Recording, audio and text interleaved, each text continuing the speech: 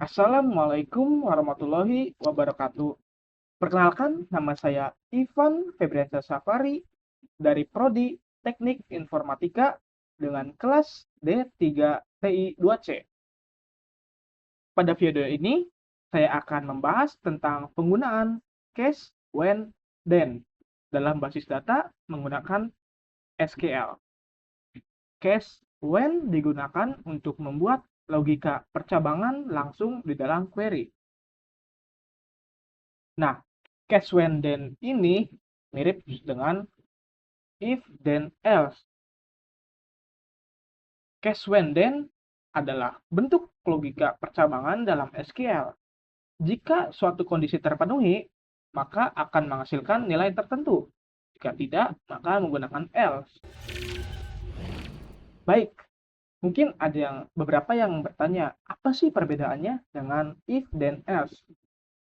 Perlu diketahui bahwa case ini digunakan dalam query SQL, sedangkan if then else digunakan dalam PL, SQL, atau prosedur.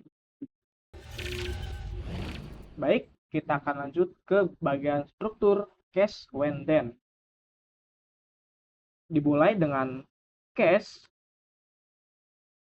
lalu kondisi ditulis di bagian when.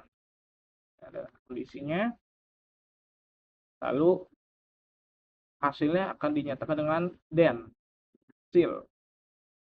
Lalu else adalah hasil lain dan diakhiri dengan and, seperti itu.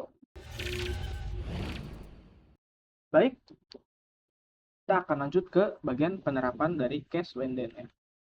Oke, yang pertama kita akan membuat tabel terlebih dahulu, var table mahasiswa.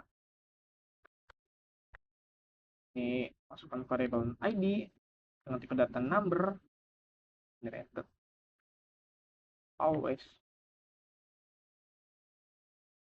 identity.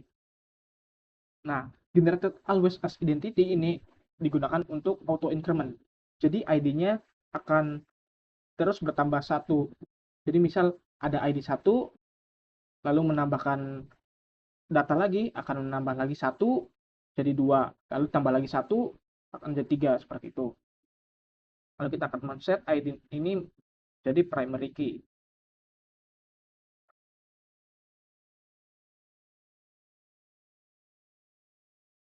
Lalu ada nama menggunakan tipe data varchar,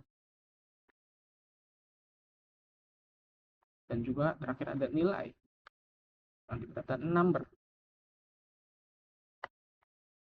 Oke, kita masukin terlebih dahulu untuk tabel mahasiswanya.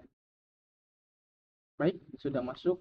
Kita bisa lihat di sini ada tabel mahasiswa dengan ID, nama, dan juga nilai. Lalu kita akan masuki data-data dari para mahasiswanya. Nama, nilai, dengan values, sama ada di nilai 90. Buat lagi mahasiswa dengan variabel nama dan juga nilai,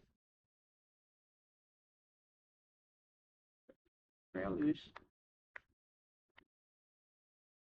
Budi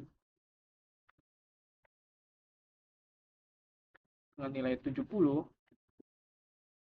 Kita buat lagi datanya, nama, nilai, values, Charlie. Oke, Charlie dengan nilai 80. Kita buat lagi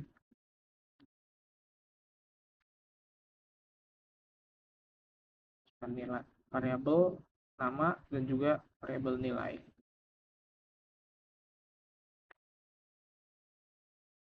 Ada Putri. Oke, dan nilai 60. Oke, kita akan menginsert data-data dari mahasiswa ini. Oke, sukses. Data-data dari mahasiswa telah di-insert. Baik, di sini saya akan mencoba membuat contoh sederhana dari implementasi case when then. Sama, buat dulu strukturnya, variabelnya, sama, nilai, case when nilai lebih dari sama dengan 75, maka akan lulus. Oke. Tapi tidak, maka hasilnya tidak lulus. And status. Oke.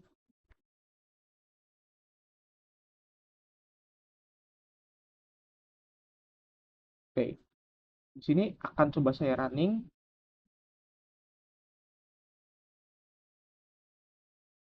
Bisa dilihat di sini dengan nama Andi dengan nilai 90 berstatus lulus. Lalu ada Budi dengan nilai 70 memiliki status tidak lulus. Lalu ada Charlie dengan nilai 80 memiliki status lulus. Lalu ada Putri dengan nilai 60 memiliki status tidak lulus. Di berhasil. Lalu lanjut, saya akan coba memasuki kondisi di mana kita memiliki banyak kondisi seperti itu. Nah, kita buat select, ada nama, variabel nilai,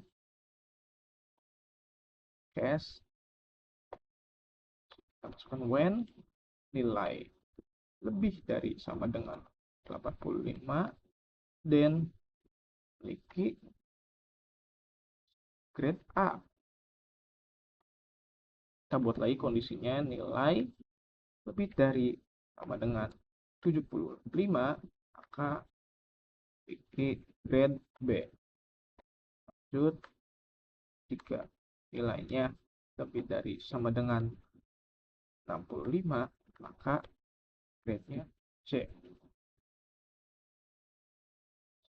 Di lain kondisi 3 itu, maka grade-nya D. N S grade A from mahasiswa. Oke. Ini akan coba saya running.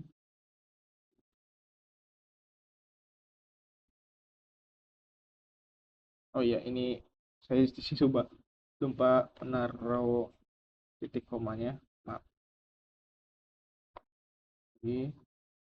Nah, di sini bisa dilihat dengan nama Andi dengan nilai 90 memiliki grade A, lalu ada Budi dengan nilai 70 memiliki grade C, lalu ada Charlie dengan nilai 80 memiliki grade B, dan juga ada Putri dengan nilai 60 memiliki grade D.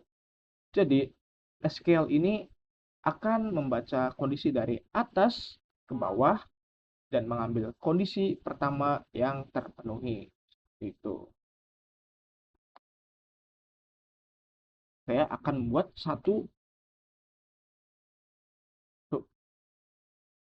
saya akan coba membuat satu lagi program like nama like from siswa.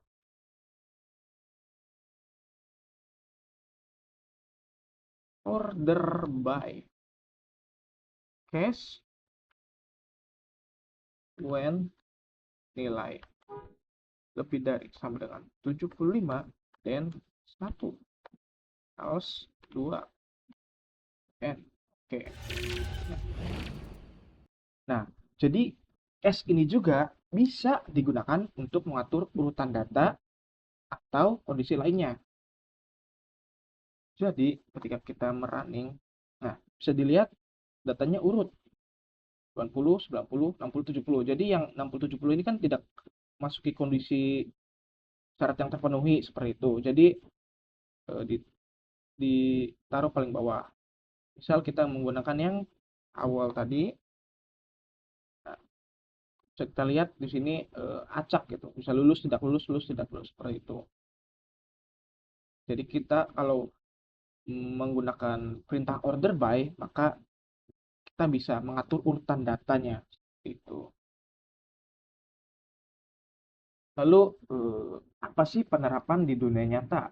Yang pertama ada di akademik, itu untuk status lulus. Lalu juga di e-commerce ada kategori produk. Lalu di bagian HR ada level karyawan. Jadi cash when banyak digunakan untuk klasifikasi data secara langsung dalam query. Mungkin apa sih kelebihan dan kekurangan dari cash when then ini? Yang pertama, kelebihannya adalah cache when then ini praktis di query, lalu tidak perlu PLSQL, namun ada juga kekurangannya, seperti kurang cocok untuk logika kompleks. Jadi, cache cocok untuk logika sederhana hingga menengah dalam query, tetapi tidak cocok untuk proses yang terlalu kompleks, seperti itu. Nah, lalu cache when ini merupakan bentuk deklaratif dari logika percabangan dalam SQL, berbeda dengan if yang bersifat prosedural. Kita masuk ke bagian kesimpulan. Jadi, apa sih kesimpulan dari cache when then ini?